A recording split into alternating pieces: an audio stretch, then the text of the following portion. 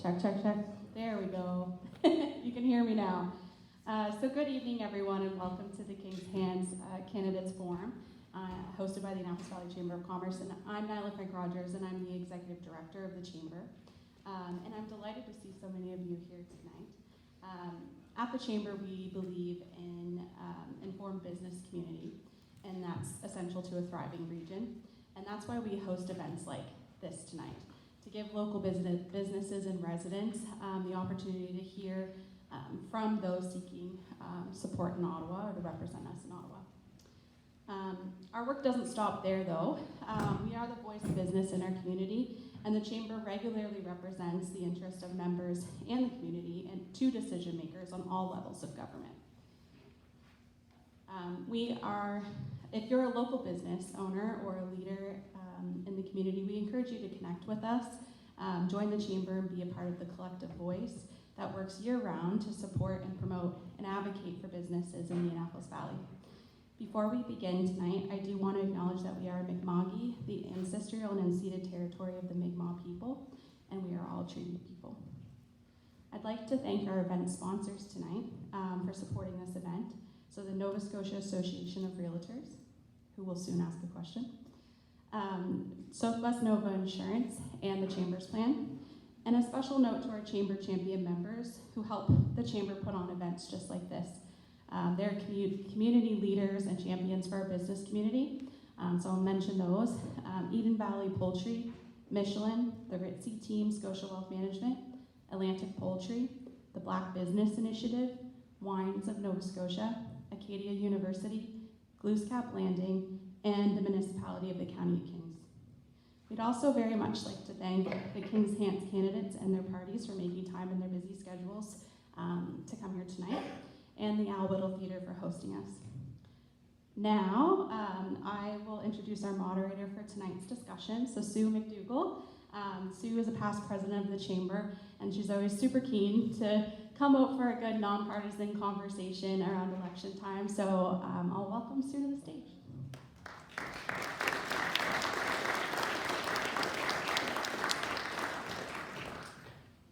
Thank you. Good evening, everyone. It's so nice to see so many faces here tonight. Some I recognize, some that are new, so welcome. If this is your first time here or you've been at a number of these events, it's always great to have your participation. And certainly appreciate our candidates who are here this evening to share with you their and their party's position on some important topics. So just going to share with you a little bit about the process.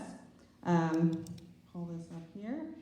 This will be quick, I promise. So the candidates initially will formally introduce themselves in just a minute, but we are pleased to welcome your Kings-Hants candidates. From the Green Party, Karen Beasley.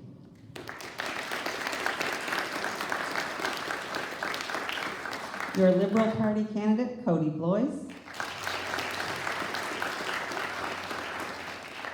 And your new Democratic Party candidate, Paul Dewar. I will note that the Conservative Party candidate, Joel Hurdle, has declined participation in tonight's event, as he will be knocking on every door in the riding. And I also just wanted to explain why we don't see our candidate for the People's Party here as well. So tonight's forum, just one second here, follows the Leaders Debate Commission rules for the event. So the candidate's party must meet 2 of 3 requirements to join the forum. Parties need 4% support, 90% of candidates registered, and at least 1 MP elected under the party banner. So now that we kind of have the formalities and the rules put aside, I will tell you we're going to start. We've drawn order from the candidates in the order in which they will present to you or answer the questions. We will start with opening remarks, so that each candidate will have 3 minutes to give their opening remarks, and then we will start asking questions. The questions have been submitted ahead of time. Some were submitted this evening.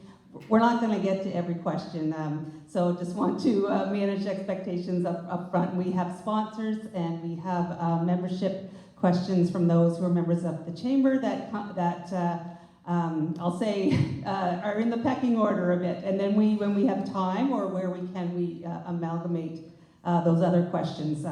So the first thing we're going to do is we're going to get to opening statements. And Karen, you're the lucky person that gets to go first. Very good. Can you hear me? Is this on? It's on? No? There, just have to be closer. There we go.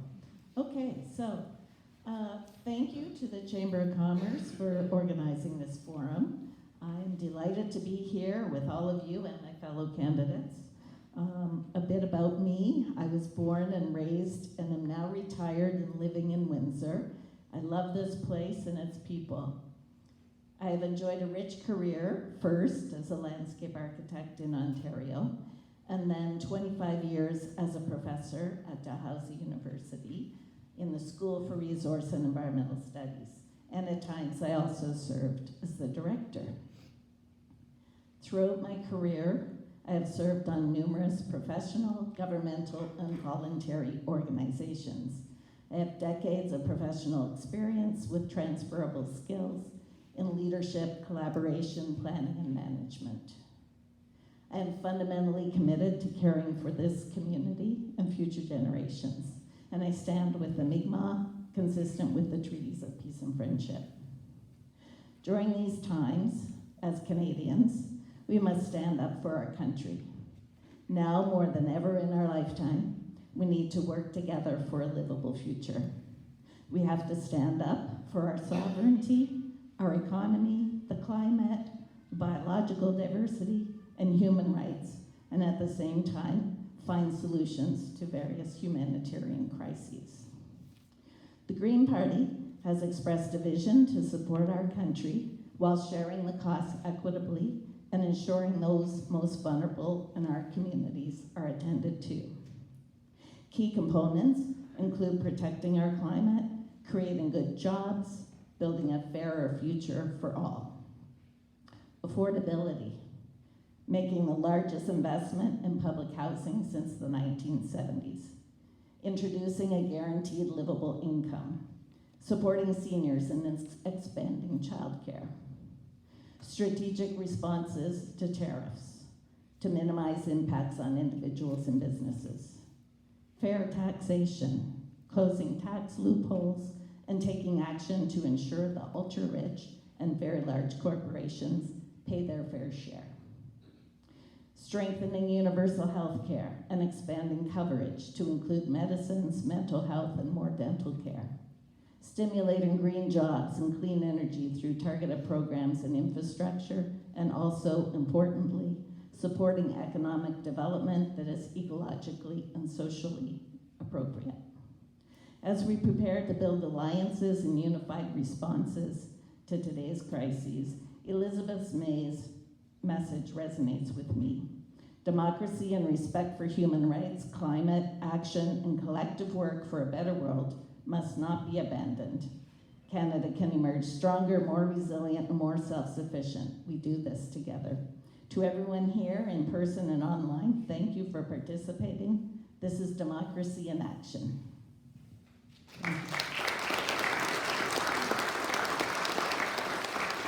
Thank you, Karen. And we're going to move on to Paul, please. Hi, everybody. Can you hear me? I'm not used to using these things. I usually just shout at the audience in my classes. So my name is Paul Dewar. I am the NDP candidate in the Kings-Hants election, 2 weeks today. I was born in Bruce County, Southern Ontario, lived most of my life in Southern Ontario, but in 1996 I came to my senses and moved to Nova Scotia. Well, I also accepted a job offer at Acadia University. So I've been teaching at Acadia in the history department since 1996, and I can't quite believe I'm saying that, but there we are, time flies. Also my courses, I teach courses on modern European history. They're available for audit, if you're interested. I was also a candidate in the provincial election last fall in the Kings West riding, and when that was over I thought life would settle down and go back to normal. And here I am a few months later, back in the thick of things once again. What else can I tell you? Oh yeah, I once wrote a book on British foreign policy. It's very exciting. It's available on Amazon.ca. All right, so they always tell you to put on a plug for these things. Publishers say that. Okay, so in this, my prepared statement now. In this election, Canada's New Democrats are fighting for three things: universal health, public health care, our strong communities, and our belief that no one should be left behind. Trump's chaos drives up costs and threatens job security, but the NDP is offering real protections and real solutions for working and middle-class people. This election is not just about who holds power. It's about who will protect what matters the most: our health care, our homes, our jobs, and each other. The biggest wins that Canadians are proud of, like dental care, pharmacare, safer workplaces, all these happen because people voted New Democrat. We've done more with a few seats in the House of Commons than others have with a majority. Your votes gave us the power to force action and deliver results. People say they're not sure we can win, but we already are winning because the wins that I just mentioned didn't come from promises from other parties. They came from New Democrats who fought for them. If we can deliver all this with a fraction of the seats, imagine what we could do with many more seats. We won't get pharmacare, rent control, or family doctors for everyone unless the people who believe in these things vote for the NDP. Your vote gets results, and we've proven that. If you elect New Democrats to Parliament, our priorities won't be optional. They must be in the first budget, or that budget won't have our support. So here's what our non-negotiables are, or will be in the next Parliament: national rent control, a family doctor for every Canadian, universal pharmacare starting with essential medications, grocery price caps, real tax relief for working and middle-class Canadians, Indigenous rights, water, and environmental protections. And we would demand accountability from the new government, which is going to have to negotiate with President Trump, who I would remind you is a convicted felon, so negotiating is going to be interesting. Thank you.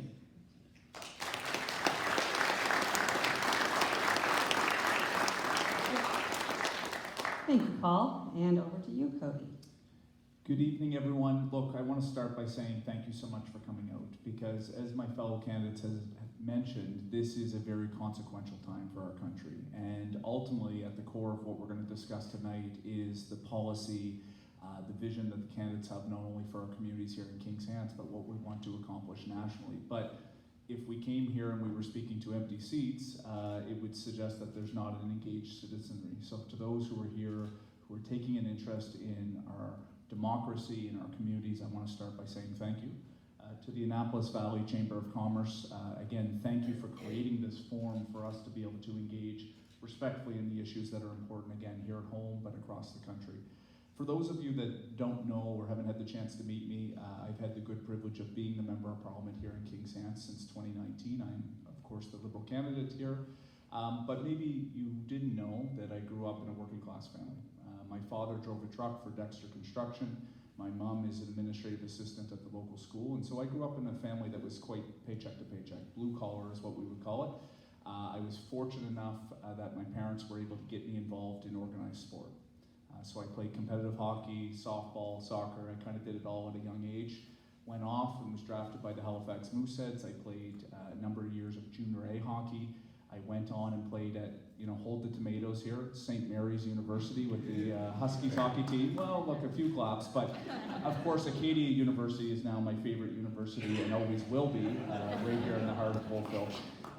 But look, sport was my whole world at a young age. And as I started to get older, I wanted to give back to the community that had given me so much, and that was in the East Hants area. Started 3 different not-for-profit organizations. I have a Master of Management in Public Administration from Dalhousie, along with a law degree. I practiced at McGinnis Cooper in Halifax briefly before Mr. Bryson decided to step down in 2019, and I've had the good fortune of serving in this capacity for the past 6 years before the dissolution of Parliament, and in caretaker mode, I am Canada's Minister of Agriculture as well. The Prime Minister has appointed me into that role. What have I been trying to get accomplished in 6 years? Well, I believe in the importance of community development. I believe in the power that our volunteers and our community service organizations bring. Whether or not that's the Lions down the street, or you think about the Legion here in Wolfville, Kings-Hants is driven by volunteers and people who give and care about their community, give back and care about their community. What this election is all about? This election is about Canada's place in the world, how we tackle the domestic policy questions that matter to this country, but also how we deal with an uncertain world. So I look forward to engaging on those topics tonight, and I think I'm at the end of my time. Am I, Nyla? You're waving 30 seconds, okay. Look, this is a really important time for the country. We have to decide what type of leadership we want in this country, what types of policies matter, and how we make sure we can move forward as a country united and together. So I look forward to the debate tonight, and thank you, Sue, for moderating. Thank you.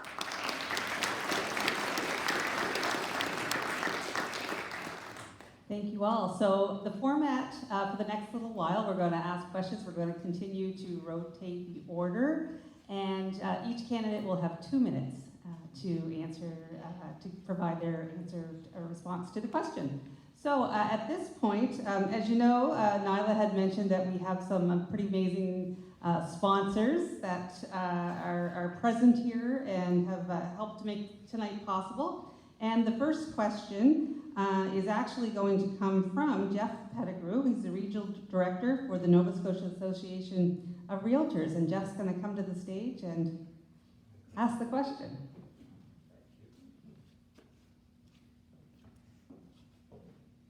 Thank you very much. Thank you. I'm actually the alternate. Kathy Whitewood is the Board of Directors Regional for the Valley. I'm the alternate for the Board of Directors. So NSAR, Nova Scotia Association of Realtors, actually housing is our thing. So my question is about housing for the candidates. One of the biggest challenges we hear as real estate professionals is a lack of skilled tradespeople in our area. How will your government develop a housing skills agenda for Canada that equips our workforce and empowers employers and job creators to recruit and bring skilled trades workers to our country? Thank you. All right, thank you, and hello to you, Kathy, down there. Thanks for coming. We are going to start with Paul. You have a first shot at this, please. Right, so we have a rather ambitious house building program which we propose for the next parliament that would involve a $16 billion strategy to build affordable homes that would amount to about 3 million homes in 5 years. We would create new funds, 2 new special funds to finance the building of these homes. Specifically with regards to tradespeople, well, the answer there will be in education and training. Those are provincial responsibilities, but I think that would be the preferred path to bring sufficient numbers of tradespeople to the fore. Once once the building program ramps up, that should create a considerable demand for more tradespeople who would enter programs, knowing that jobs will be there on the other side. Thank you. And over to you, Cody. Thank you very much, Jeff, for the question from the association. I remember when I started 6 years ago, there would be people in our community who said, look, I'm worried about whether or not I can ever sell my home. These were mostly seniors who were looking to downsize. I think in some good measure, it's important that we recognize that Nova Scotia has been chasing growth for a long time. We now have it. People want to live in our communities in droves. That's a good thing, but we have to have, of course, the housing to be able to keep pace. Specific to your question, Jeff, around skills trade, what we are proposing is up to an $8,000 grant available to all apprentices across a variety of those skilled trades that you mentioned that would be crucial for home building, but also up to $10,000 for employers who are hiring Red Seal apprentices in this space. So really trying to prioritize the skilled trades and make sure that we can have and encourage youth to get involved in these programs. I'm very proud to be the first person in my family to go to university, but at the same time, we need folks getting into the trades. It's extremely important. It's really good work, and there's a really great opportunity for remuneration in that space. The other piece that we are committing to is allowing for over 100, if the job site is over 120 kilometers away from where an individual would have to actually go to work, the ability to deduct more of their expenses as part of their trade work is also a piece that we're looking at. I do want to say that we are making progress on the housing file. Prime Minister has committed to building on average 500,000 more homes a year. It has to come from modular housing as well, though. And so when I think about our forestry sector here in Nova Scotia, we have the ability to have the actual fiber from Nova Scotia built I was just in Kings-Hants actually about a month ago where we announced a $215 million mass timber facility. We have the opportunity to use Nova Scotia lumber to be able to build the homes that we need. And I do want to make the record, and I know I'm at the end of my time, that Nova Scotia had the most housing starts last year since 1940. So we are making progress. We have to have targeted supports, but it's a good start. Thank you. All right. And now, Karen, your turn. Yeah, so the ensuring measures such as income protection, job guarantees, pension bridging, there's a lot of those kind of activities and can be measures that can be put forward in order to attract workers to come into certain sectors that are important and to keep them there. And the Green Party is committing to the largest investment in housing and affordable housing since the 1970s, so that's going to entail having the workers to be able to make it. As Cody mentioned, prefab and modular homes are going to be important, but that there is still a need for increasing labor and skilled tradespeople in housing, but in all kinds of other sectors as well. So bringing the measures to enable transition of workers from other sectors into those that need more attention at this time, reducing barriers for people to come into Canada to take up and support those kind of jobs, just various programs to support transition to green, affordable housing and other trades as well. Thank you. Now, our second question tonight comes from the Southwest Nova Insurance and the Chambers Plan, so one of our sponsors. And the first person to answer this question will be Cody. So, what federal measures would you support to help Kings-Hants employers address labor shortages, including streamlining immigration pathways, recognizing international credentials, expanding federal workforce development programs, and improving access to education and skills training in rural areas? Well, thank you very much to the sponsor for the question. When I think about the available workforce in this country, we can talk about targeted immigration programs and how we bring in temporary foreign workers on pathways, citizenship pathway programs. But I also think it's important to highlight the work that we've done as a government. We've talked for 50 years about establishing a national child care program so that young parents who have young children are able to get back to the workforce sooner.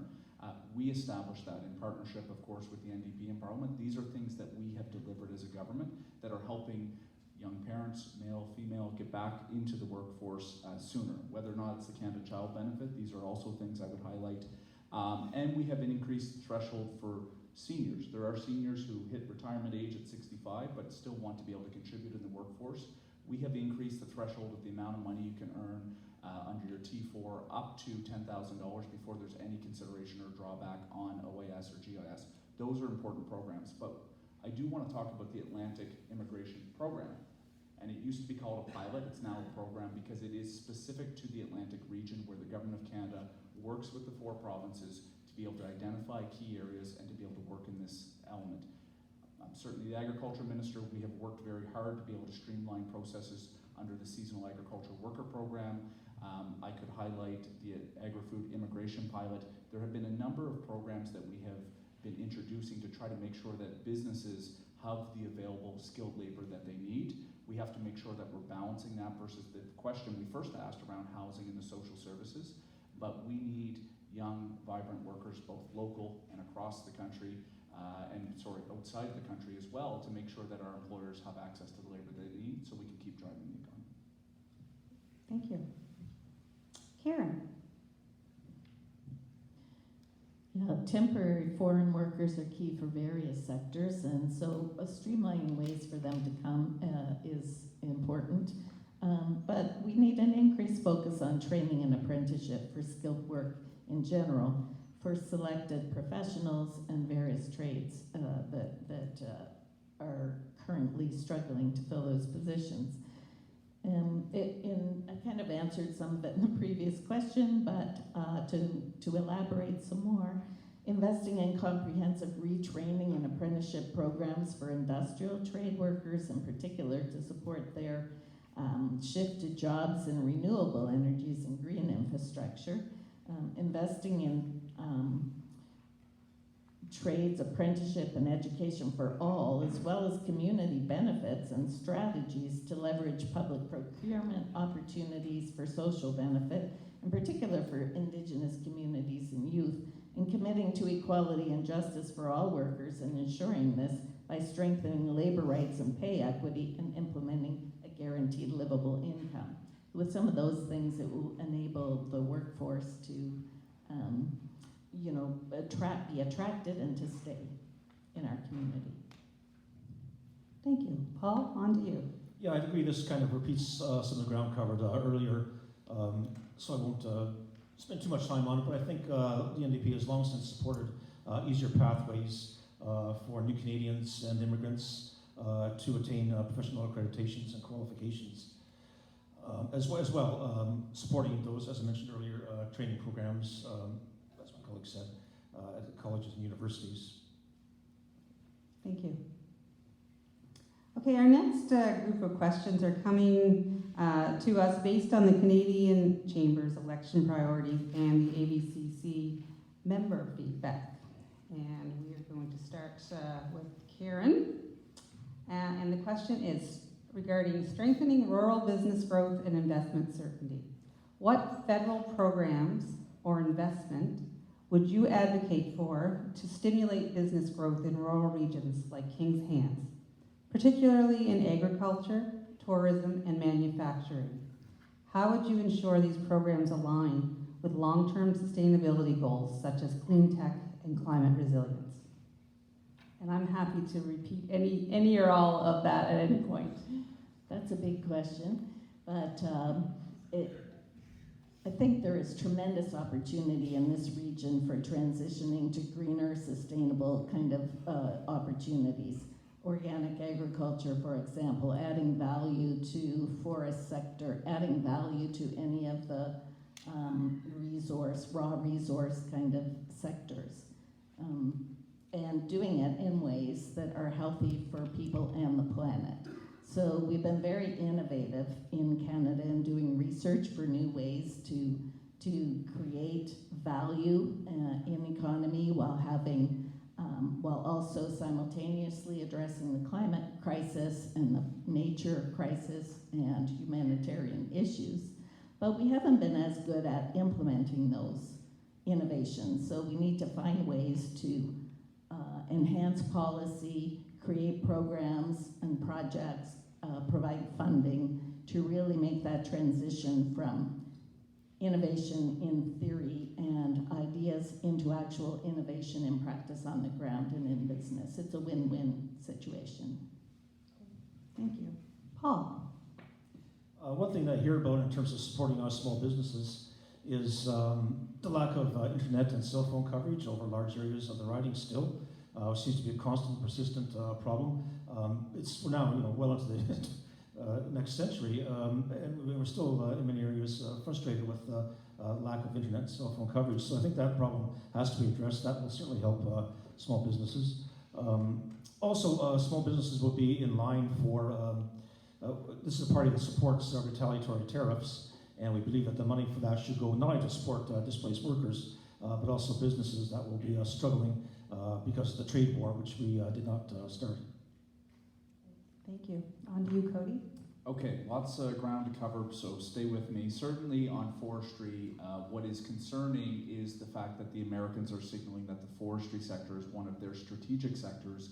And you look at, thankfully, we don't have the softwood lumber tariff here in Nova Scotia, but if you look across the country, this is having a massive impact in terms of a 38% tariff on our forestry sector in the country. We have to be able to drive forestry innovation in this country, including right here in Nova Scotia. I think there's tremendous opportunities. I mentioned mass timber, but I also would highlight sustainable fuels, whether that's home heating fuel or jet fuel. These are the projects, whether it be at Ledwidge Lumber or at Elmsdale Lumber in Hants County, these are the types of projects that we can work on and that we should be investing in. And our government has been doing all of that, and I think there's going to be more to talk about in the days ahead. On agriculture, we've lost a lot of secondary processing in the Annapolis Valley. And there's two streams here. There is supporting our local agriculture, the smaller farmers that play into the Wolfville Farmers Market and play into our provincial piece. I think there needs to be more of a focus on provincial slaughterhouse capacity, abattoirs, but on the larger scale infrastructure, it's about protecting and investing. And one of the things the government is proposing is a $200 million agri-food innovation fund. This is things that could help support regional economies right here in the Annapolis Valley. It's something that I want to champion, certainly if I'm able to hang on to my current capacity on the other side. The other thing on agriculture is supply management. Supply management is an extremely, extremely important sector, part of the SM5. We have the most supply managed farms east of Quebec. It's millions of dollars in our rural economy. The Conservative candidate is not here, but his party is also silent on whether or not they will stand up for supply managed farmers. This matters to our economy, it matters to our food security, and I know and presume my other candidates here will stand up, but I will be absolutely resolute for our supply managed farmers. Lastly, on tourism, if I may, the wine and grape sector, I have been an advocate and someone who has fought to help protect this sector. It matters as part of the tourism, as Thank have you. some of the investments in ACOA. Thank you. Thanks so much. I'm not going to get my hook up, Cody. Okay, thank you. We're going on to the next question, and Paul, this is going to start with you. And this is in regards to unlocking infrastructure for economic growth. So what federal infrastructure priorities will you, your party, champion for Kings-Hants, such as broadband, trade corridors, or regional hubs? And how would you ensure these projects are environmentally sustainable while speeding up approvals so they benefit rural business in a timely way? This is like my PhD exam again. We proposed, as I said, a very ambitious housing program. So that will, can I have the question again? Sorry. You sure First part? can, yeah. So what federal infrastructure priorities will you or your party champion for Kings-Hants, such as broadband, trade corridors, or regional hubs? And how would you ensure these projects are environmentally sustainable while speeding up approvals so they benefit rural business in a timely way? Okay, well, the housing and infrastructure is a major priority. As I said, we have an ambitious program for housing in this country. We would favor other infrastructure programs. How to make sure they're environmentally sustainable? Well, I think that has to be done through legislation. I feel like I'm missing something else. And, we are just going into your time, so you know that, but I'm happy to repeat again. So federal infrastructure priorities that you would champion, such as broadband, trade corridors, or regional hubs, and how would you ensure these projects are environmentally sustainable? Right. I think it was the broadband issue. I mentioned that before. It's something that is a problem that has to be solved locally. Thank you. And we're moving on to Cody, please. Okay, so there's a lot in the question there for 2 minutes, but one of the priorities for me, if I'm able to earn your trust as your member of parliament, and we talk about infrastructure, we need a new recreation complex here in Kings County. Yeah, we do. It is something that is crucial. The closure of the Acadia Pool, I know, has been very challenging for many in the community. That aquatic center is important for seniors. It's important for the SMILE program that happens at Acadia. It matters for, of course, varsity athletes, but it also matters for a lot of our seniors who utilize that. So one major priority for me on federal infrastructure will be, let's go build a new rec center. Obviously, that's contingent on municipal and provincial partners, but on the presumption that that happens, I will be there and champion that. On cellular and internet, what I would say is when I entered in 2019, we were still getting a lot of calls on internet. I think we've actually done a lot of heavy lifting through the Universal Broadband Fund to actually improve that. I know there's still challenged areas, but I think demonstrably we have moved the needle. Cellular is the next frontier. I launched a petition, I've sent information into the CRTC. That is something that if, again, I get a mandate, I want to focus on because it matters. I'm frustrated sometimes trying to call my colleagues across the country or you as my constituents and being able to get responses as we're on the move. Lastly, on National Trade Corridor, we've done a lot of investment in that area. The Prime Minister is proposing $5 billion of additional funding, particularly in a world where we have to reduce our reliance on the American markets. We have to look to Europe. We have to look to the Indo-Pacific.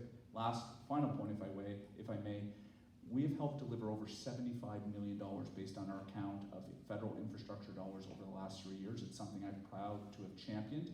And Peter Matart used to say, water and wastewater, it's not sexy, but it's absolutely crucial. And so we need to make sure that is continuing to be in place so our municipalities can build responsibly and sustainably over time. Thank you. Thank you. On to you, Karen. Thank you. Investing in infrastructure for livable communities and economic well-being of all Canadians is crucial, and it demands various approaches. It's important to support ongoing improvements to core infrastructure, like for transportation, while at the same time creating alternative modes of transportation, like for active transportation, walking, cycling, and other things to where it makes sense. Another thing is we need to ensure that we have a federal strategic reserve of raw resources, including things like aluminum, steel, lumber, rare earth, metal, potash, and other key resources. These are going to be crucial things to have in place for becoming more self-reliant as a country and keeping these materials available for our use and adding value to them and moving forward. These are needed for investment initiatives such as housing and infrastructure, information technology, energy investments. So the strategic reserve of raw resources is a key infrastructure need. Thank you. Okay, and we are moving on to our next question in regards to modernizing Canada's tax system for growth. What specific federal tax changes would you prioritize to make the system more competitive, fair, and supportive of business growth, particularly for SMEs in Kings-Hants communities and innovative startups? And we are starting with Cody, please. Okay, as I've been doing, Sue, I'm going to try to cover a lot of ground. Look, one of the pieces that when you talk to small business owners here in Kings-Hants, that was a contentious policy was the introduction and the higher inclusion rate under capital gains. The Prime Minister has gone back to a 50% inclusion rate. This is on profit or investment around capital gains and the ability for that to be taxed at 50% in terms of the incentive for small businesses and entrepreneurs. But we've also maintained the lifetime capital gains exemption up to $1.25 million, and we are going to allow that to continue to be indexed with inflation. So the capital gains policy is actually now more competitive than it was 6 months ago. I do think that that is very good news for small businesses and entrepreneurs, particularly in rural communities, Sue, that I want to highlight. Our small businesses here in the Valley, they give back to community. They are very benevolent. They, whether it's the not-for-profits or the festivals that go on, a lot of small businesses. The fact of what we're even talking about now is driven by small business that's getting us together. So I think that's important. We're also proposing a middle-income tax cut. This is going to benefit 22 million Canadians on an average household income where you will actually have an $875 benefit in terms of more money back into your pocket. Obviously, we could talk around carbon pricing. We've eliminated the consumer carbon price while maintaining the industrial price, which is responsible for a larger percentage of our emission profile. These are some of the examples in the short period that I could talk about, but maybe I'll try to circle back in because I don't want to be over time and get in trouble with Sue. Are we good now? Oh, I got 20 seconds. Okay, great. The other piece is the elimination of the GST on homes up to $1 million for first-time home buyers. This could save on average $50,000 for new home buyers. It's a really good policy in addition to the housing supply that we have to keep building. Thank you. Thanks so much. Karen, over to you. Yeah, thank you. The Green Party is putting forward a tremendous tax reform, including basic exemption, no tax for people making less than $40,000 a year.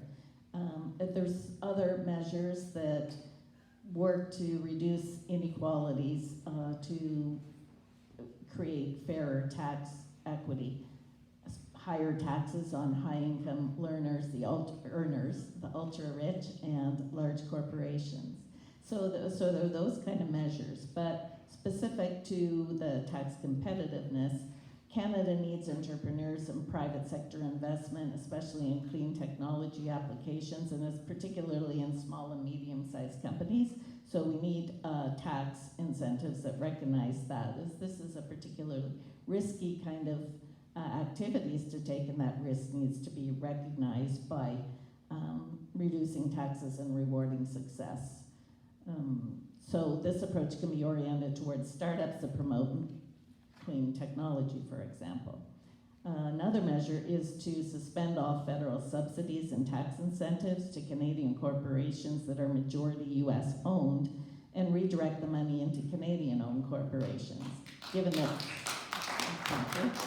70% of the Canadian oil and gas industry is owned by foreign investors, most of them US based, the possibility of nationalizing our oil and gas industry should be explored. So there are various interesting, innovative approaches like that. Thanks so much, Karen. Over to you, Paul. Thanks. Well, I'm going to lump this under the issue of tax fairness in this country, in which there are some problems. We have a problem with tax havens offshore in this country. The federal government misses out on every year tens of billions of dollars because of offshore tax havens, and we think that has to stop. In terms of tax cuts, we would impose, or tax relief, we would bring in tax relief for those who need it, especially low-income earners. We would also undertake measures such as eliminating the GST on essentials, such as energy, internet, and phone bills. We have a situation in this country again where every year working families struggle more and more, and you see corporations raking in record profits, and executives and individuals, millionaires, doing extremely well while working families suffer. And that's very bad for the social health of this country. It creates resentment and frustration, and it's a situation that has to be reversed. We have to bring about a fair taxation system in this country that will be fair to all of us. Thank you. Thank you. Okay, we're moving on to our next question, which is in regards to boosting trade and international competitiveness. So what specific actions would you take to help Kings-Hants businesses, particularly in rural regions, adopt international standards and better compete in global markets through export development, innovation, and digital transformation? And Karen, we're starting with you. Oh my goodness, that's something I don't feel very prepared to speak to. So, the key thing that comes to mind right off the bat is to really strengthen our trade relationships with Europe and European nations, and the trade relations with those countries will require that we have policies that really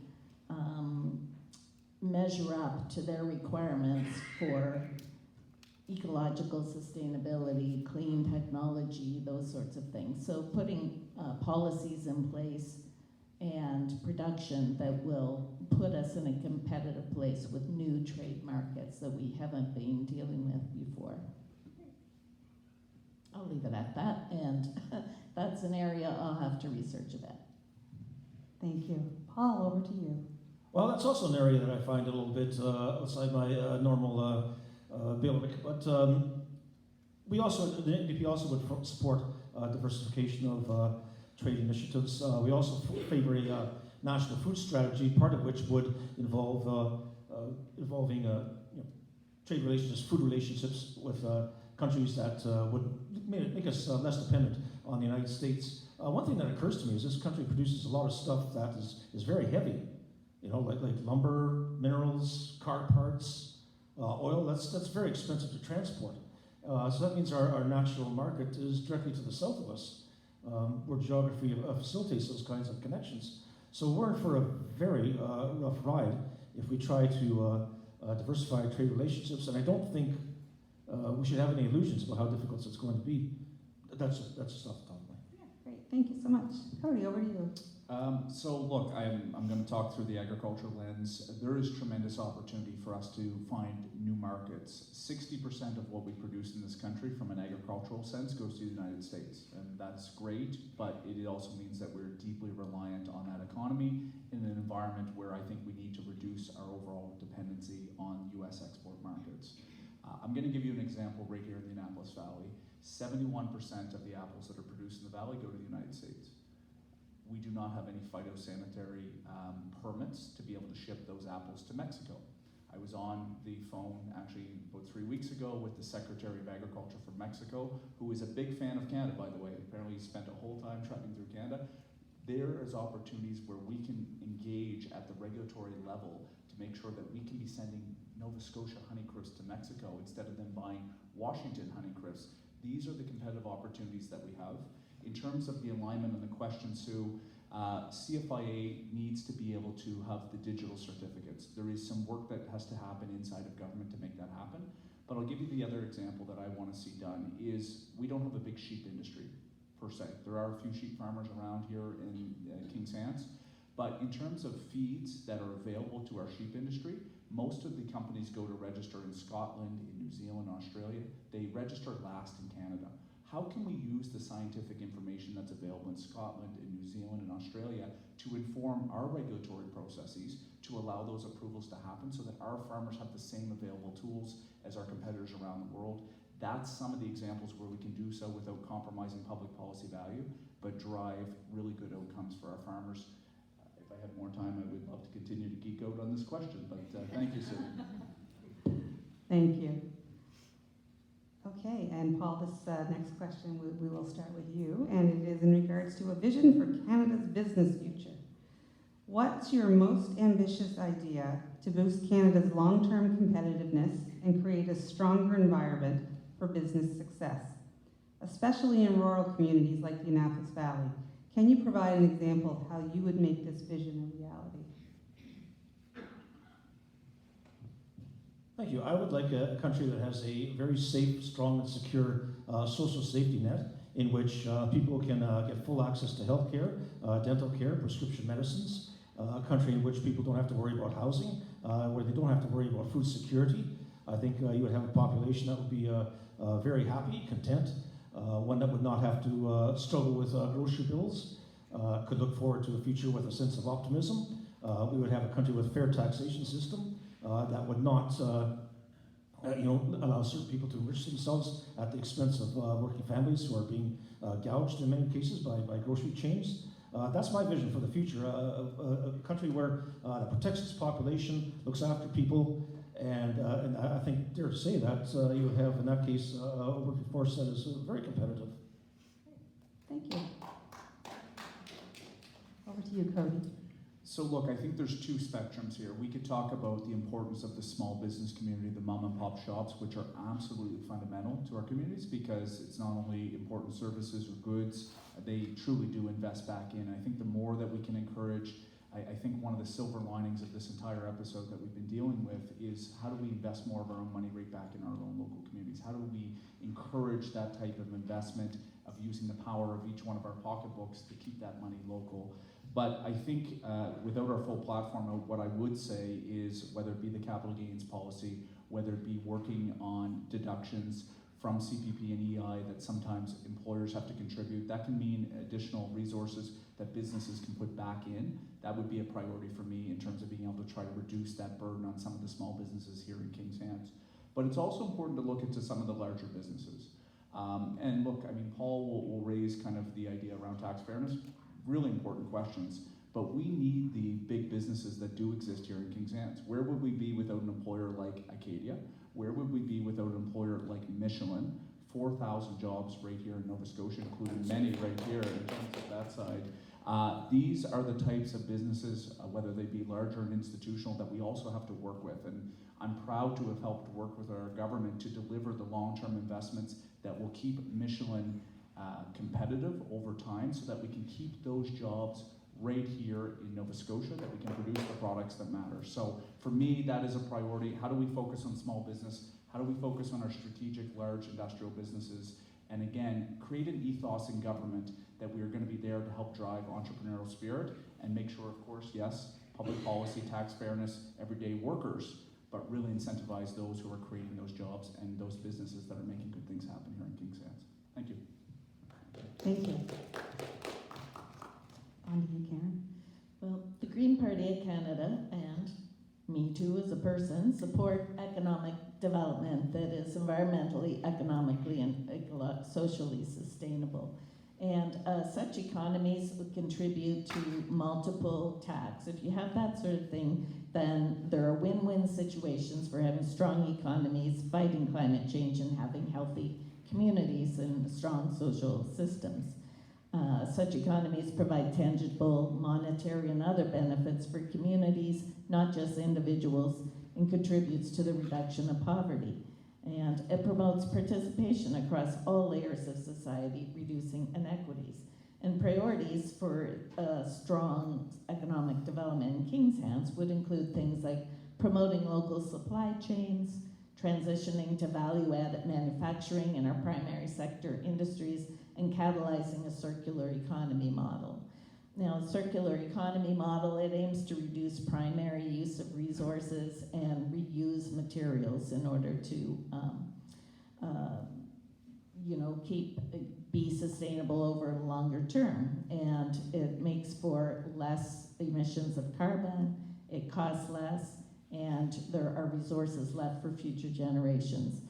These kinds of approaches are being used around the world to great economic success and also great social success.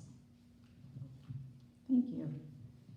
Okay, our next question, we're going to get into the area of democracy, law, and civic engagement.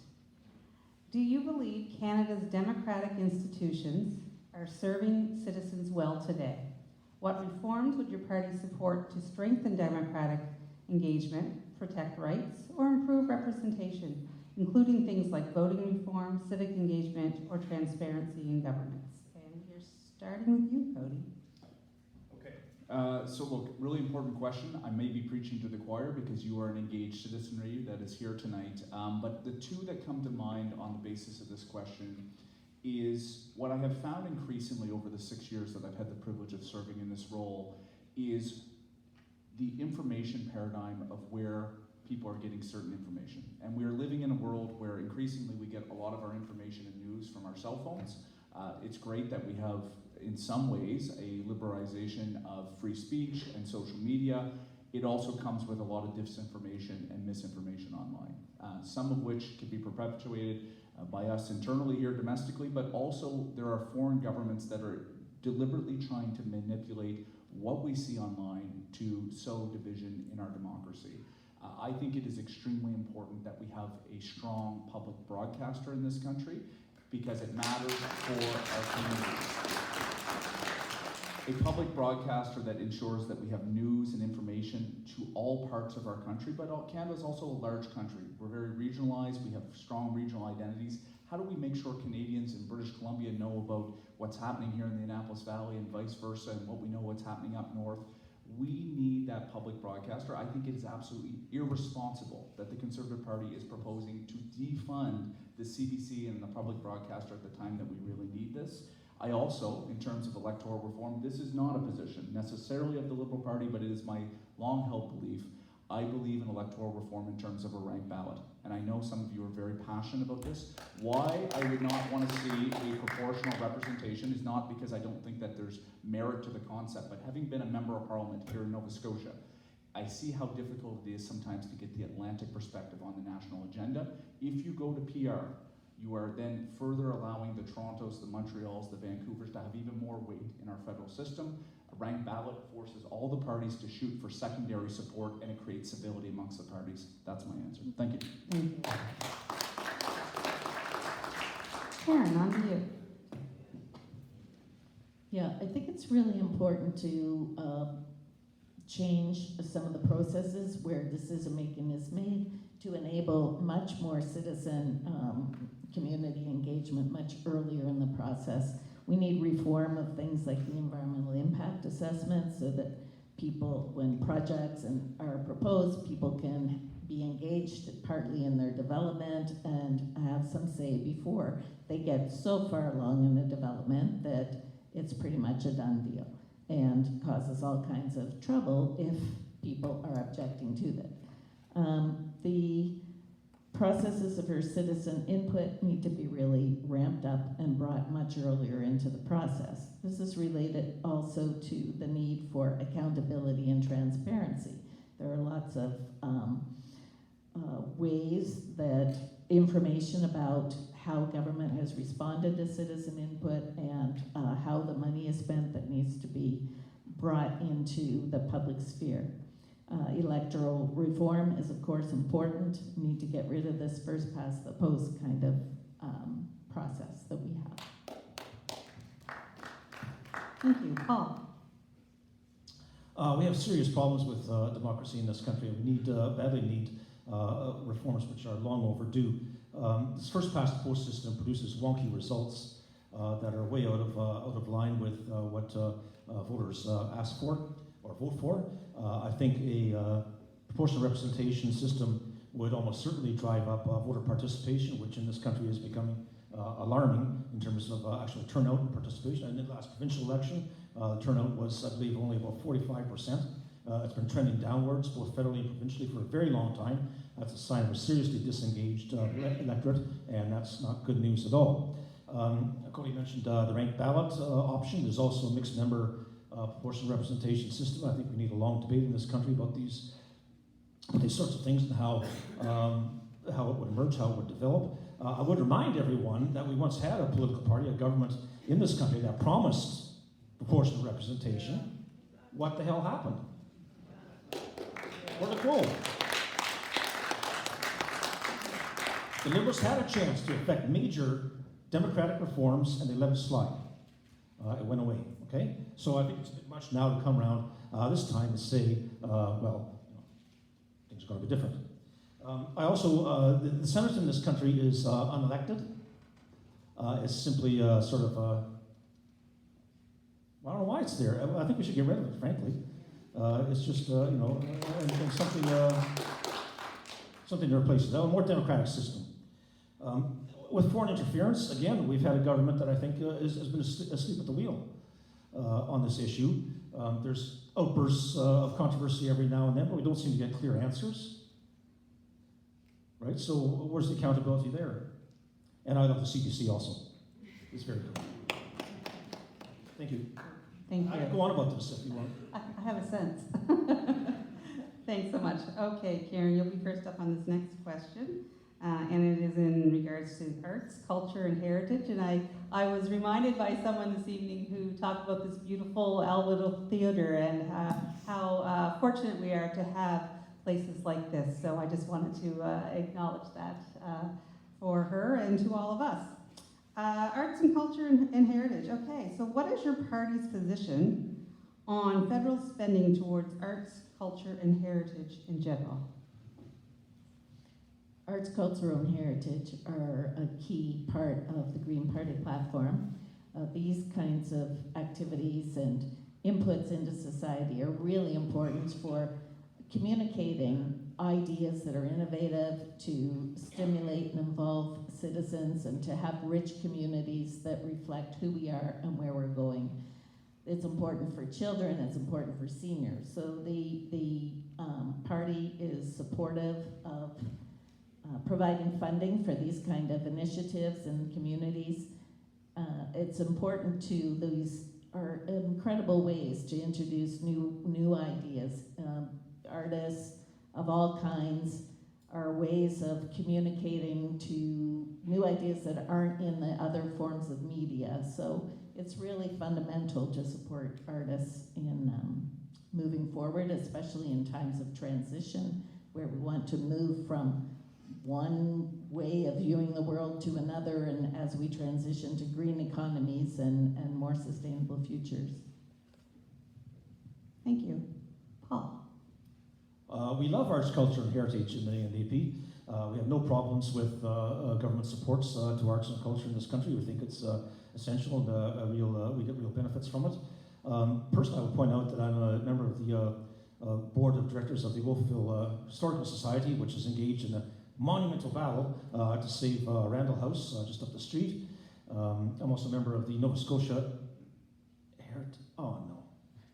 Nova Scotia Heritage Society. What? I always forget these things at these times.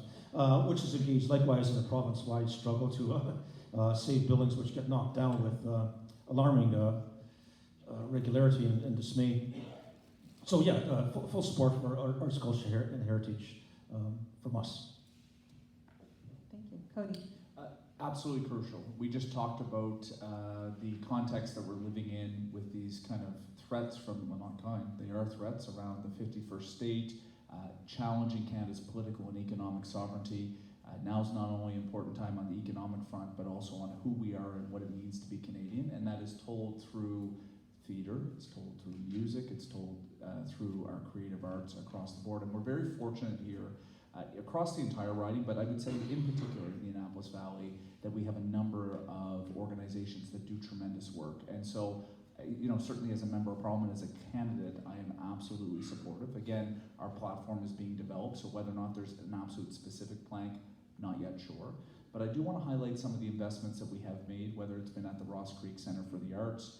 I was able to announce funding for Mermaid Theatre. These are crucial organizations amongst the many that do good work. Theatre is a big part of our community here in Wolfville, for example, as well. Whether it's been support for Center Stage. And one of the things that if any of us have the good fortune of being elected, you do have an ability to advertise as a member of parliament. And I have taken a priority to advertise with our not-for-profit arts organizations here in Kings-Hants. Again, I would go back to the importance of public broadcasting. I talked about not only defending it, we're proposing to invest up to what the G7 standard is in this country, which is on average about $150 million more. I know public broadcasting doesn't necessarily equate, but there is a direct correlation. Our public broadcaster, the ability to tell those stories, it creates a culture and an ethos that matters to our arts and culture scene that we have to continue to nourish and continue to support. Thank you. Thank you. All right, we're going to start with you this time, Paul. What is a green economy to you, and how would you create a green economy? How would your party commit to that? Well, I think it would be a mistake to go back to the days of oil pipelines and reliance on oil and gas. How do we create a green economy? Well, we believe in forcing big polluters to pay, shifting that cost away from individuals. So companies or polluters who do damage to the environment should be made to pay. We would cut, there's another way to create the green economy, we would stop the oil subsidies. Somewhere in the neighborhood, according to my research anyway, of $18 billion a year in this country goes to oil and gas subsidies. We do not support an LNG pipeline through Quebec. We believe Quebec should have the right to veto any energy projects which crosses its territory because that's essential to national unity. We're not fans of the Energy East project. We would instead favor an east-west electricity grid. We would favor rebates for families buying zero-emissions vehicles. We would introduce a program to retrofit millions of homes to make them energy efficient and affordable. And we would favor investments in clean energy, electric transit, and zero-emission vehicles. Thank you. On to you, Cody. Okay, really important question, and I want to give you some examples to tie together what I see as a green economy, and it's in my mind about being circular. How do we use local resources to play into the essentials that we need every day? And I mentioned at the start of this conversation about housing. We have a forestry sector here in Nova Scotia that, as long as we are focused on the sustainable harvesting practices, we can use Nova Scotia fiber to build Nova Scotia lumber, which is going to build Nova Scotia homes. That is the way that we can focus on being able to be environmentally responsible, but also meeting the social outcomes that we all expect as Nova Scotians. I think on agriculture, there is two ends of the telescope on agriculture. There are certain commodity groups in this country. I mentioned apples, for example, where people want to consume our Annapolis Valley apples, and those consumers may not be right next door. But how do we find ways to support new entrants into the agriculture sector? How do we support local agriculture and the environmental practices that our farmers can do every single day? Our government has been rewarding that type of initiative, that type of innovation, which not only reduces emissions, but it's important for the environment writ large, and it's also important for our farmers and how we reward that type of activity writ large. We have been focused as a government on making the investments into the critical minerals that matter. Canada has the propensity, and we are an energy superpower, and we have the opportunity to do that, whether that be in green hydrogen, whether that be in wind power, whether that be in solar power. And I'll give you one last local example, is around heat pumps. Paul talked about introducing programs around home heating. One of the things I'm very proud of that I was able to accomplish was not only an adjustment to the national carbon pricing policy, but up to a $20,000 grant for every person in this province who is below the median income to be able to buy a heat pump to reduce their reliance on home heating oil, which not only reduces their energy bill, which is absolutely crucial, but it's good for the environment at the same time. Those are the smart choices that I think we have to continue to keep making. Thank you. Thank you. Karen? Yeah, we need to, the green economy is one that has clean energy, clean water, organic agriculture, a value-added forest industry. There's a need to have, economies that contribute income while at the same time contribute to addressing the climate crisis. There are various ways that this can be done. Kings-Hants is already at the forefront of the circular economy, for example, in North America, and residents demonstrate daily their support through participation in recycling and waste processing. The European Union has made circular economy a main strategic pillar of economic development. So the construction industry, for example, is a leading sector in the circular economy, and of course could be better. And it's an area where opportunities are great. We could have designs that minimize energy consumption and waste, techniques that enable buildings to be disassembled at the end of their life so the components can be reused, recycling of at least 70% or even over 90%, depending on the project, of waste materials generated at construction sites, manufacturing of new materials, using secondary materials to avoid using more raw materials. So national action to catalyze the existing initial measures already being introduced at the federal level will win support at Kings-Hants, reducing carbon emissions nationally and creating many thousands of new jobs across the country, including in Kings-Hants. So there are all kinds of aspects of a green economy. I just touched on a couple of examples there. Thank you. Okay, Cody, this one's going to go to you first. In terms of foreign affairs and human rights, what are the priorities your party would focus on if elected? So foreign affairs and human rights, extremely broad, but what I will say is that I really respect the fact that our Prime Minister, Mr. Carney, made the decision when he was sworn into the office to not go right to Washington. He went back and traced the roots and the history of Canada. Now, Canada is a very multicultural country. We should be proud of our shared heritage and the many folks who create that social fabric about what it is to be Canadian. But I hope you would agree with me that when you look at some of the foundational pillars of who we are as a Canadian, it is our connection to the United Kingdom, it's our French connection, and it's our Indigenous connection. We've added more varieties of that over time. Our priority as a government under Mr. Carney will be to reduce our reliance on the United States. Yes, we will continue to engage with our neighbor. We are having disagreements with their government. There are still very good Americans that we share those common values with.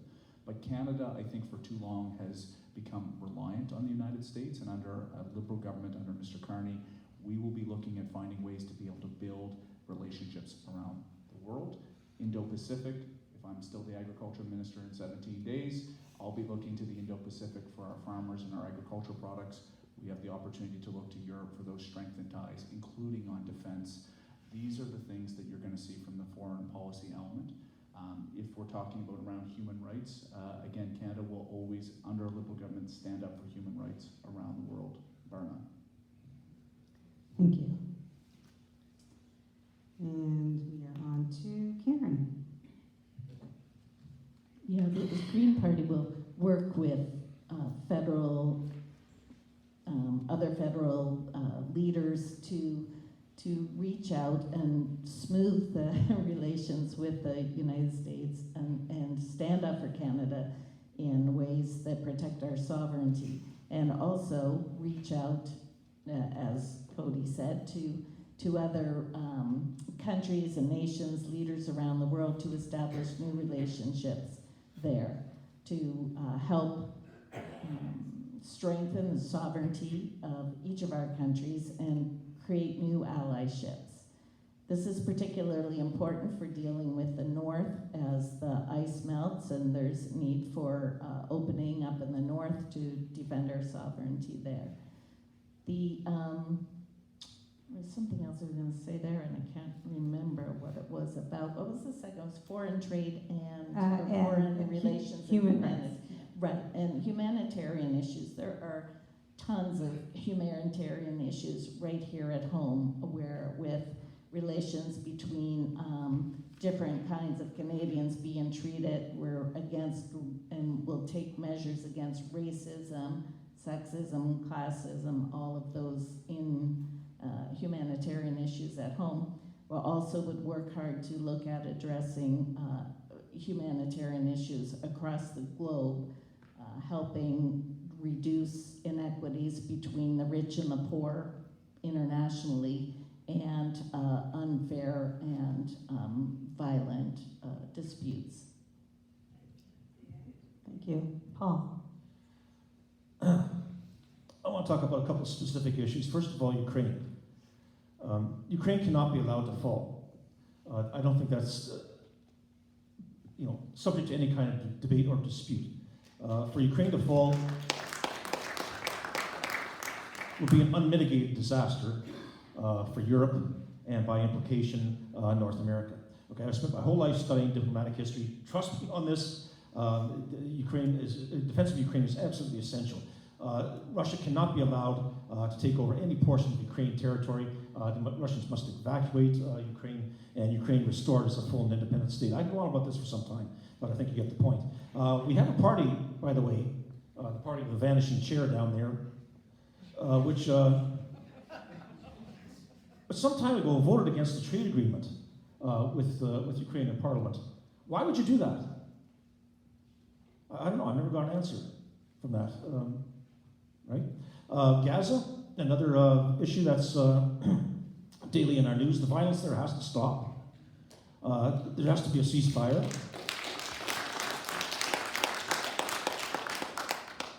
We've got to do what we can to help that. I know we used to have an active foreign policy, active diplomats in this country.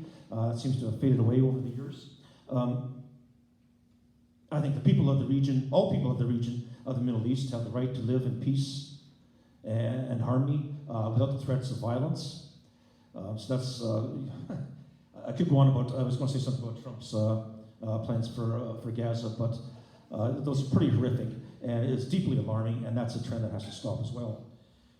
There are other problem areas around the world, and the atrocities in South Sudan, or Sudan, excuse me, which is taking uncounted tens of thousands of lives and barely gets any coverage in the news. We used to do those sorts of things. We used to be involved in peacekeeping. I think, let's do more of that. Thank you. Okay. We're going to get a little bit local here. Equitable access to education and employment. So Wolfville is a university town, but not all students attend post-secondary immediately after high school. There are many Nova Scotians who are mature students, and with the cost of post-secondary education and the cost of increased living, they find that paid summer employment is essential. However, mature students are exempt from summer employment grants like SEED and often other employment grants if the student is over the age of 30. How would your party address this and ensure equal hiring opportunities for mature students in the country? And Paul, I'm going to start with you. I don't know. I really don't know. This is an issue that, I'll have to research it. This came out of left field for me. I'm sorry. That's all right. That's okay. And you know what? We'll move on, and if you think about it, we still got a little bit of your time left. So Cody, we'll move on to you. So look, I think education writ large, we're sitting in a university town. I think it bears repeating that the provincial government, without taking too much of a swipe, the provinces in this country need to invest in post-secondary education more. Frankly, there has not been a keeping pace with the investments that are needed at the universities, whether it be Acadia, St. Mary's, all across this province. It's absolutely fundamental. So that would be just writ large in terms of education. What we have done as a party is we have eliminated all federal interest on student loans that are at the federal level in terms of folks might be taking loans in that capacity. And we've also doubled the Canada Student Grants. And what that is that it's money that is tied to the income level of a particular household and that are available in a grant in terms of they don't have to be paid back. So those are really important measures that I'm proud that we help champion as a government. I think there's more that we can do on that side. The other piece in terms of mature students is, and I guess I would say within the professions, we talk a lot about healthcare. I hear it on the doorsteps. I remind people that we are not directly involved in the governance or management of healthcare. That is a provincial responsibility. But one thing that we have done is provided loan forgiveness across the allied health professionals. So it's always existed for doctors and nurse practitioners that exist or that practice in rural Canada. We've now extended that through a variety of different folks, whether it be, well, look, I could give you the entire list, but we've extended it because it's important. On mature students in relation, I think looking at the Canada Summer Job Grant, it is capped, to your point, Sue, at 30. I think that's something that I'd be happy to take away and try to advocate if I have the privilege of still working in this job in the next 17 days. Thank you. Karen? Yeah, thank you. That question's near and dear to my heart too. As a mature student and my whole life in the university, I always wondered why it was capped at a certain age. The Green Party of Canada has a platform that supports people at every stage of life. Too many Canadians struggle to care for, their families, to have affordable living, and, caring for students and people in midlife is part of that as well. So both young students and mature students face huge student debts and high cost of living. So part of the platform for the Green Party is to make college and university free so students can learn without getting into debt. So that would help alleviate the problem somewhat there too. So there are lots of ways to get over this issue and support mature students, as far as being specific to those programs, as well as reducing the cost of living more broadly through affordable housing, bringing down the cost of food, reducing the cost of going to university in the first place. Thank you. And I'm just going to look at my list here. Make sure we covered everything.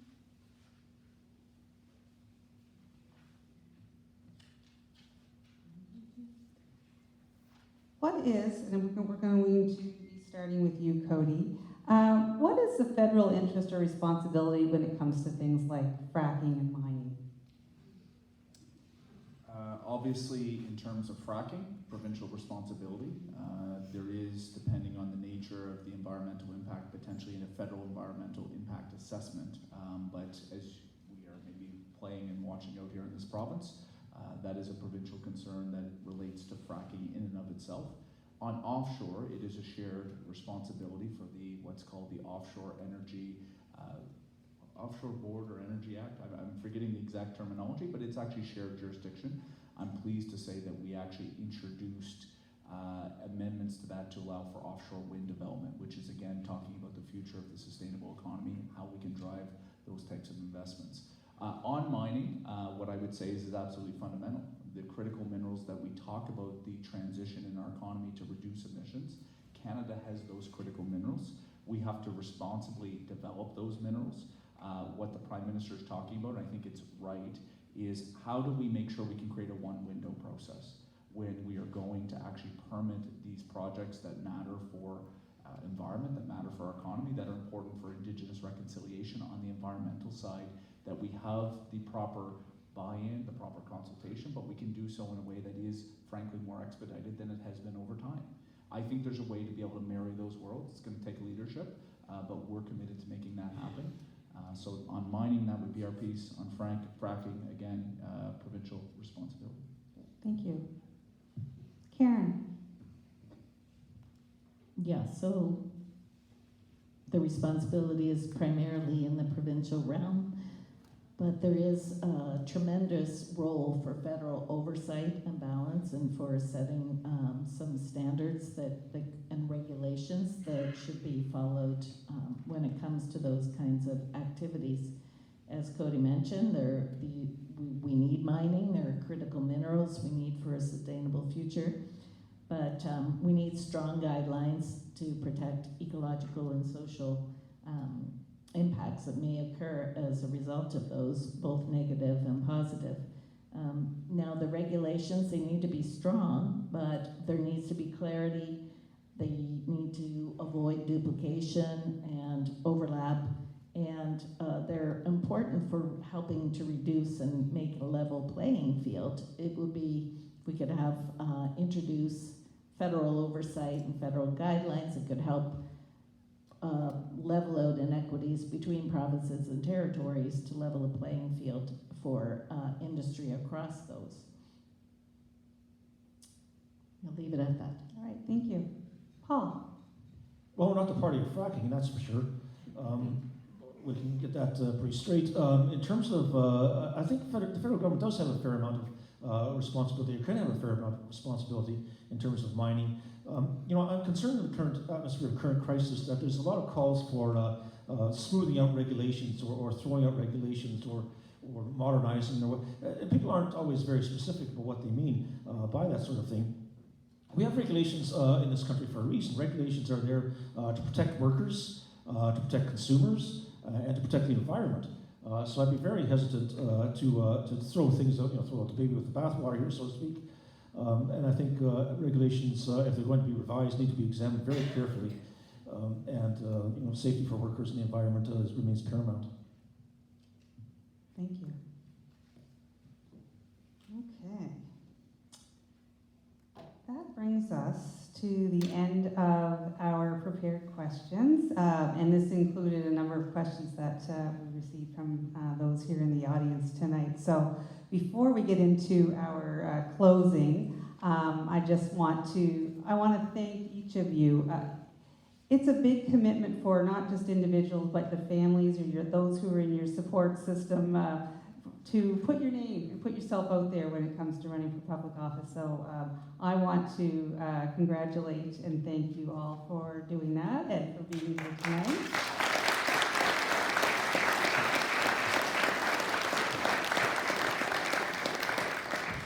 And because we've got a little extra time with an empty seat at the end of the table, I think we're going to allow you to have 4 minutes each as we do our closing remarks instead of 3, so we'll just add a little extra time there. And I believe we were starting with you, Cody. Okay, thank you everyone again for coming tonight. I really enjoyed the opportunity to engage on the issues, and hopefully you were able to see some clarity and the vision for our candidates here in Kings-Hants.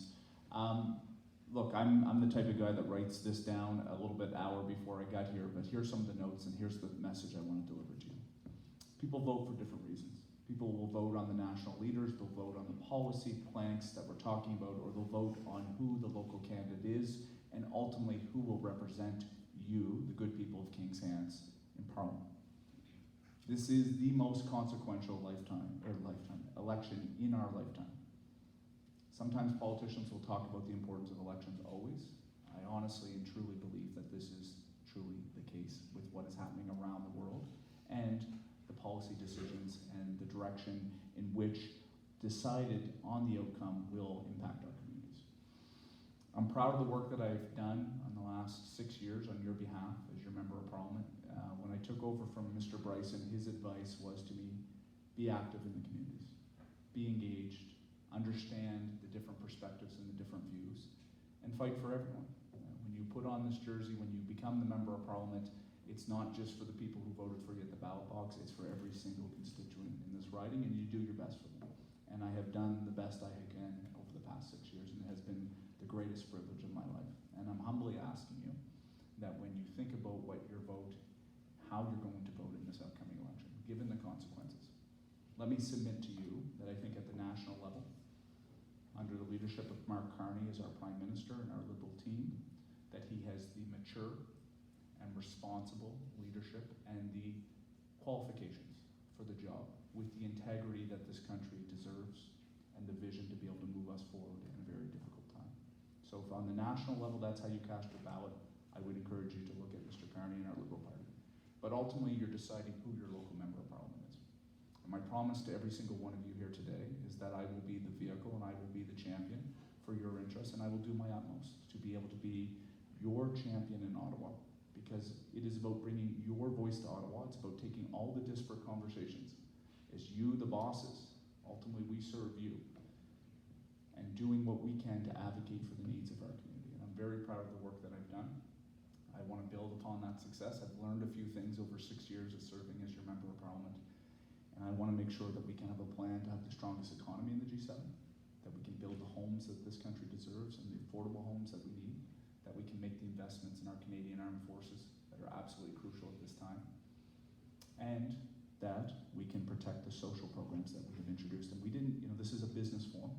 We talked a little bit about it. We should be proud as Canadians of the social programs that we developed as a country that are going to make generational differences in this country. We have to protect that progress, because the party that is not represented here tonight, they are not committed to that. So I hope and I can trust, sorry, I hope I can count on your support. I'm going to continue to work, and I humbly ask for it. Thank you for being here tonight.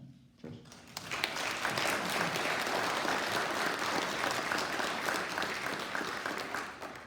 Thank you.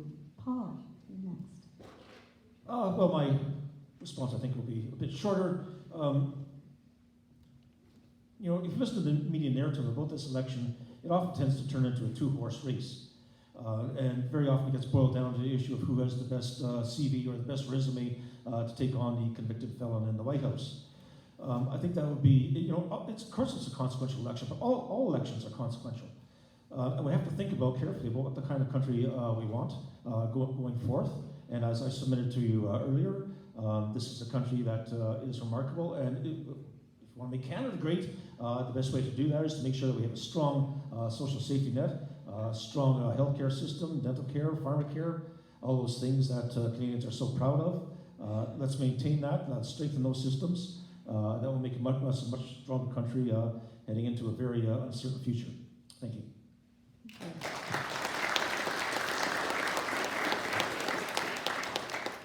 Karen, you get to bring it home. Yeah. Well, this definitely is a very momentous period in time, and not just in our relationship with the United States, but in addressing the climate and biodiversity crisis. Over this next term, we need to meet targets related to core planetary boundaries of life on Earth, so we have a lot to grapple with. And, yes, this has been primarily an economic and business forum. I want to mention that, at the same time, we need to grapple with all these things. We need to take care of each other and our, all Canadians.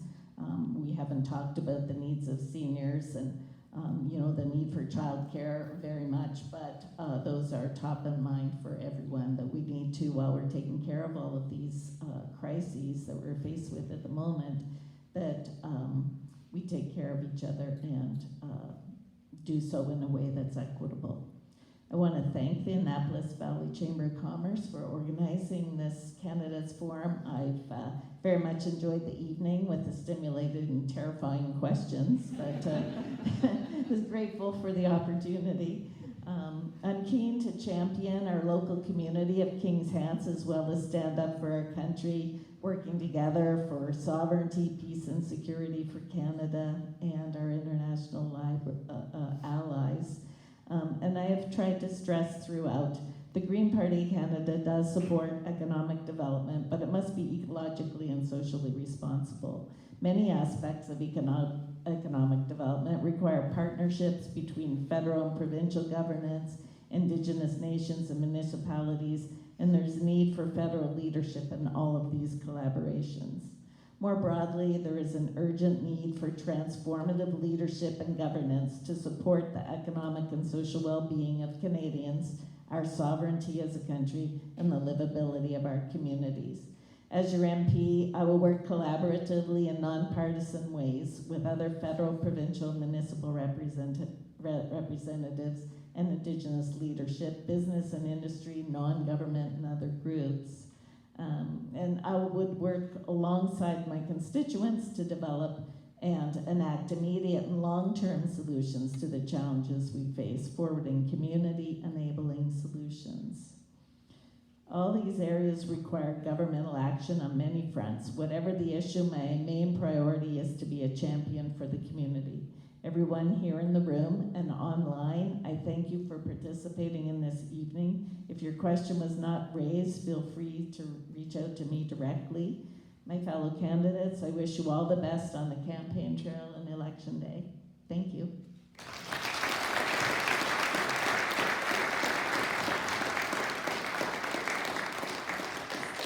So, Paul, Karen, Cody, we wish you, we thank you for sharing your insights and your experience with us tonight. We wish you the best of luck over the next couple of weeks. And I'm sure folks here, if you haven't had the opportunity to meet or to engage with the candidates, maybe you did on your doorstep, or maybe it was somewhere else in the community. Whether it's tonight or another time, I'm sure these fine folks would be very delighted to speak with you about what it is that matters to you. So thank you for coming, for being wonderful guests this evening, and safe travels home. Thank you. Good night.